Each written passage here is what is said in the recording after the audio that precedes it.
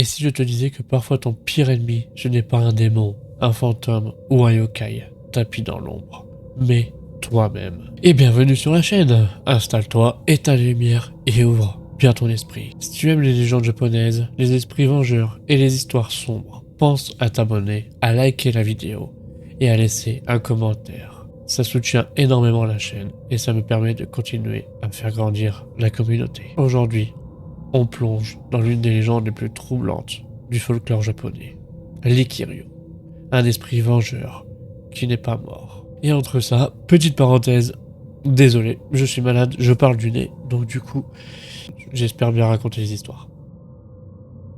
L'histoire de l'Ikiryo.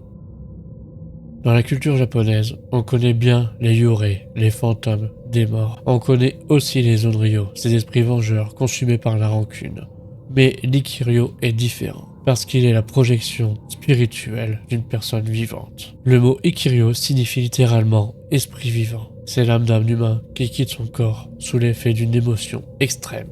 La jalousie, la colère, la haine ment aux fantômes classiques. L'Ikiryo n'a pas besoin de mourir pour apparaître. Il peut se manifester pendant que la personne dort, pendant qu'elle est inconsciente, ou même parfois sans qu'elle le sache, que son esprit agit. Et le plus terrifiant dans tout ça, c'est que la personne d'origine peut ignorer totalement ce que son double spirituel est en train de faire. L'une des histoires les plus célèbres d'Ikiryo vient du grand classique de la littérature japonaise, le Di du Ganji. Dans cette œuvre, on découvre le personnage de Lady Rokujo, une femme noble, profondément amoureuse du prince Ganji. Mais Ganji a d'autres amantes, et cette situation fait naître en elle une jalousie immense, une jalousie qui devient obsession, une obsession qui devient rage, et sans même en avoir conscience, son esprit quitte son corps. Son Ikiryo apparaît auprès de la femme qu'elle jalouse, et commence à la tourmenter. La victime tombe malade, elle fait des cauchemars, elle voit une présence, une silhouette, une femme au regard vide, et petit à petit, son état s'aggrave, jusqu'à sa mort. Lady Rokujo ne comprend pas vraiment ce qui se passe. Elle souffre elle aussi, mais son ressentiment est si puissant qu'il a pris forme. Il a trouvé chemin. Dans certaines versions, on raconte que l'Ikiryo peut être visible. Il ressemble à la personne d'origine, mais avec une expression figée, les yeux sombres, un visage sans émotion, comme si toute humanité avait disparu. Dans d'autres récits, l'Ikiryo est invisible, mais ses effets sont bien réels. Maladie soudaine, accident inexpliqué, oppression nocturne, sensation d'être observé.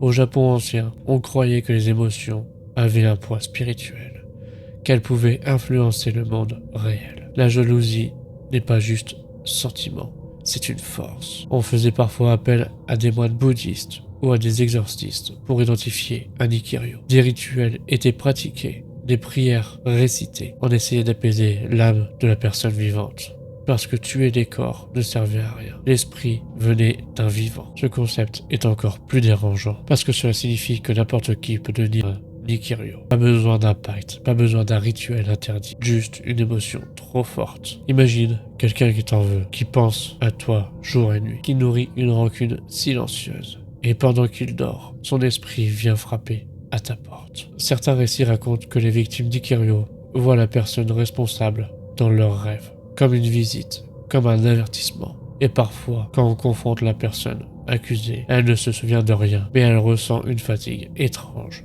comme si elle avait voyagé loin. Ce qui rend l'Ikiryo unique dans le folklore japonais, c'est qu'il trouble la frontière entre victime et coupable. La personne qui projette son esprit est à la fois responsable et inconsciente. Elle souffre, elle est consumée, mais elle détruit aussi. C'est une métaphore puissante. La haine finit toujours par nous dépasser. Elle nous quitte, elle nous échappe et elle blesse autour de nous. Dans certaines variantes plus sombres, l'Ikiryo peut devenir conscient. La personne réalise qu'elle peut projeter son esprit et elle le fait volontairement. Là, on ne parle plus d'accident émotionnel, mais d'armes spirituelles. Des histoires racontent que des femmes abandonnées envoyaient leur Ikiryo pour hanter leurs anciens amants, que des rivaux utilisaient cette capacité pour affaiblir un ennemi. On parle même de cas où l'Ikiryo attaquait physiquement, oppression sur la poitrine, griffures, suffocation pendant le sommeil. Ça te rappelle peut-être les légendes modernes de paralysie du sommeil. Et justement, certains chercheurs pensent que l'ikirio pourrait être une explication ancienne de phénomènes psychologiques. Des hallucinations, des troubles liés au stress, des maladies psychosomatiques. Mais au Japon traditionnel, la frontière entre la psychologie et le spirituel était floue. L'esprit et le corps étaient liés. Aujourd'hui encore, l'ikirio apparaît dans les mangas, les films et les jeux vidéo. Il incarne cette idée que nos émotions ont un pouvoir réel. Ce n'est pas un monstre venu d'ailleurs. Ce n'est pas une créature tapie dans une forêt. C'est l'ombre de nos propres sentiments. Et ça rend cette légende encore plus dérangeante. Parce que ça nous force à nous poser une question. Et si nos pensées avaient un poids? Et si notre colère pouvait prendre forme? L'ikirio nous rappelle que le vrai danger n'est pas toujours extérieur. Parfois, il dort en nous. Maintenant, j'ai une question pour toi.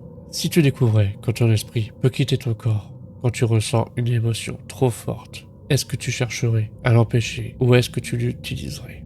Dis-moi en commentaire. Et surtout, dis-moi si tu penses que certaines légendes, comme l'ikirio, sont juste des métaphores psychologiques, ou si tu crois qu'il existe vraiment quelque chose d'invisible autour de nous. Si la vidéo t'a plu, n'oublie pas de t'abonner, de liker et de partager. Mais l'ikirio n'est pas le seul esprit capable de revenir pour se venger. Au Japon, il existe des fantômes encore plus dangereux, des esprits capables de provoquer des catastrophes, des épidémies, des tempêtes, et même la chute d'un empire.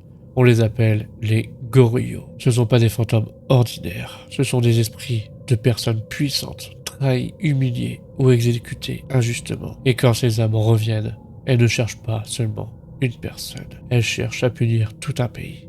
Dans la prochaine histoire, je vais te raconter comment la colère d'un seul homme mort a plongé une capitale entière dans la peur. Alors prépare-toi, parce que certains esprits ne se contentent pas de hanter une maison. Ils hantent l'histoire elle-même.